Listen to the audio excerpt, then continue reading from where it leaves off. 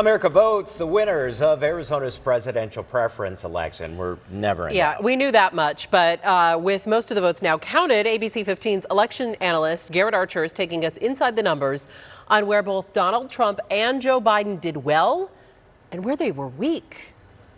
Both Biden and Trump have already secured the number of delegates needed for their parties' respective nominations. So Arizona's primary was more of a beauty pageant. Starting with Trump, he did win every county, but he is showing some weaknesses in the places where it matters most. Maricopa County is home to 65% of the population, and currently he's winning this by just over 75%. But check out neighboring Pinal, where Trump is winning right now by over 80%. We're also seeing that in Yavapai, another strong county for Trump. He's winning this by over 80%. Keep in mind, when early voting started, though, Nikki Haley was still in the race at the time. So looking at Joe Biden, there's far fewer total votes cast, but Biden wins 9 out of 10 Democrats nearly everywhere. Maricopa, Pinal, Pima, Yavapai, all of these performing basically the same for Biden. The weakest counties for him were in the Navajo Nation area, where in Apache County, he wins 78% of the vote,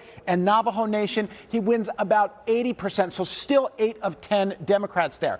Splitting the states up into regions, you can see Biden was slightly weaker in the rural counties, but it was the opposite for Trump. He won 76% of the vote in the Phoenix metro counties of Maricopa and Pinal, and 75% in Pima. But his performance in the rural, northern, and southern counties was at or above 85%.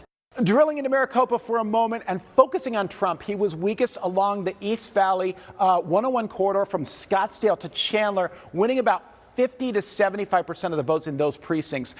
Republican voters in the West Valley, meanwhile, were much more supportive of Trump. He hit 80 to 90% everywhere except for Litchfield Park. Now, this does not mean that Trump is poised to lose in November, but what it does tell us is that the same type of Republican that was not willing to support Trump in 2020 is still casting protest votes against him. And what that tells me as an analyst is that come election night, things here will almost certainly be too close to call. With a look inside the numbers, I'm Garrett Archer, ABC 15, Arizona. Yeah, it'll be election week instead or more.